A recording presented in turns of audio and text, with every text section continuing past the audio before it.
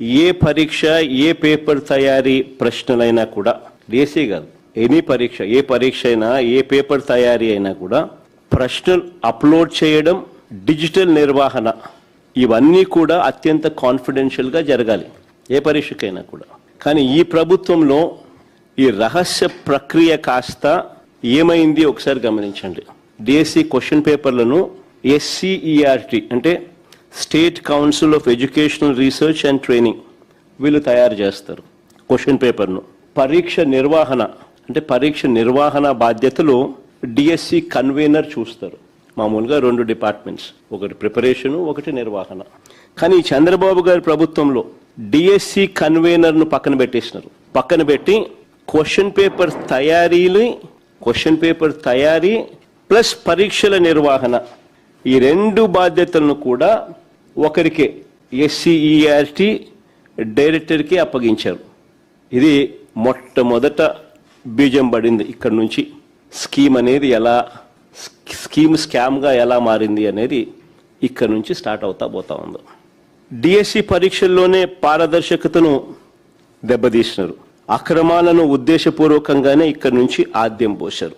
చాలా కాన్ఫిడెన్షియల్గా జరగాల్సిన ఈ క్వశ్చన్ పేపర్ తయారీని చూసుకోండి. ఇక్కడ నుంచి చాలా కాన్ఫిడెన్షియల్గా జరగాల్సిన ఈ క్వశ్చన్ పేపర్ తయారీని దాన్ని అప్లోడ్ చేసే పనిని అవుట్సోర్స్డ్ ఉద్యోగుల చేతుల్లో పెట్టకూడదని తెలిసి అవసరమైతే నేరం ఈజీగా వారిపై వేయొచ్చు అనే దుర్బుద్ధితో ఏకంగా ఈ ప్రక్రియను అవుట్సోర్స్ కాంట్రాక్ట్ ఎంప్లాయీస్తో చేయించారు. ఆశ్చర్యం ఏమిటో తెలుసా?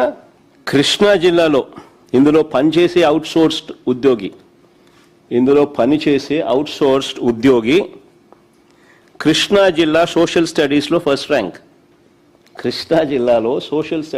First rank. అంతటితో ఆగిపోలా.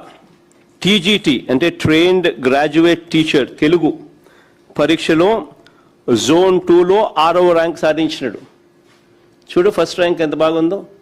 Naveen Purama, father's name Radhakrishna, first rank రావడమే కాకుండా TGT trained graduate teacher Telugu పరీక్షలో కూడా జోన్ 2లో 6వ ర్యాంక్ కూడా సాధించాడు. ఒకే వ్యక్తి పరీక్ష నిర్వహణ వ్యవస్థలో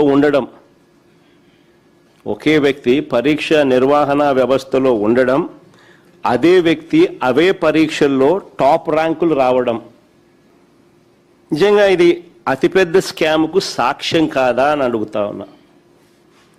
ఇక్కడ నుంచి ఇంకా ఎంతమందికి లీక్ అయిందో ఇది కనిపిస్తూ ఉంది. కనిపించినవి ఇక్కడ నుంచి ఇంకెంతమందికి లీక్ అయిందో అనేది కనిపించడం. అది ఇంకా లోతుగా పోతే తెలుస్తుంది. ఆశ్చర్యం ఏమిటో తెలుసా? ఒకే వ్యక్తి పరీక్ష నిర్వహణ వ్యవస్థలో ఉండడం, అదే వ్యక్తికి అవే పరీక్షల్లో టాప్ ర్యాంకులు రావడం ఇది ఒక పెద్ద స్కామ్కు ప్రత్యక్ష సాక్ష్యంగా అవునా కాదా అన్నది ఒకవైపున ప్రశ్నిస్తూ సిబిఐ ఎంక్వైరీ జరగాలి అని చెప్పి మరోవైపున అడుగుతూ ఈ క్యాండిడేట్ నిజంగా మెరిట్తో ర్యాంకు సాధించాడు అని మీరు భావించి ఉంటే ఇంకా ఆశ్చర్యం ఏమిటో తెలుసా? ఇక్కడ చూడండి, ఇంట్రెస్టింగ్గా ఉంది కథ. ఇదే క్యాండిడేట్ ఇంత మంచి ర్యాంక్ వచ్చింది కదా, మరి క్యాండిడేట్కు ఉద్యోగం రావాలి కదా. ఇదే క్యాండిడేట్కు నిజంగా మెరిట్తో ర్యాంక్ సాధించాడని వీరు భావించి ఉంటే ఈ మనిషికి ఉద్యోగం ఎందుకు ఇవ్వలేదు? ఇది ఇంకొక మిస్టరీ. అంటే తప్పు జరిగిందని కనిపిస్తూ ఉంది కదా. అతడి ఐడి కనిపించకుండా చేశారు, అతడి ఐడిని కనిపించకుండా చేశారు, అతని డేటాను మాయం చేశారు. సెకండ్ మెరిట్ లిస్ట్ కూడా ఒకసారి చూపించుమా. మెరిట్ లిస్ట్లో మార్పులు ఆయన పేరు లేదు. మెరిట్ లిస్ట్లో మార్పులు ఇష్టానుసారంగా ఆయన పేరు లేదు. నిజంగా ఈ క్యాండిడేట్ కన్నా మెరిట్ ర్యాంక్ సాధించాడని వీరు భావించి ఉంటే ఉద్యోగం ఎందుకు ఇవ్వలేదు? అంటే తప్పు జరిగిందనేగా. అతని ఐడి కార్డు అతని ఐడి ఎందుకు కనిపించకుండా చేశారు? అతని డేటాను ఎందుకు మాయం చేశారు? మెరిట్ లిస్ట్ నుంచి తన పేరును ఎందుకు తొలగించారు? కాల్ లెటర్ ఎందుకు పంపలేదు? క్వశ్చన్స్ ఇవి. చివరికి ఏం జరిగింది? ఈ మనిషి కోర్టుకు పోయినాడు. చివరికి ఈ మనిషి కోర్టుకు పోయినాడు, నాకు ఎందుకు ఉద్యోగం ఇవ్వలేదు అని.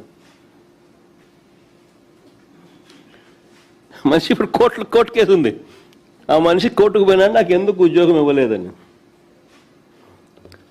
కీలక బాధ్యతలను అవుట్సోర్స్ ఉద్యోగులకు ఇవ్వడం,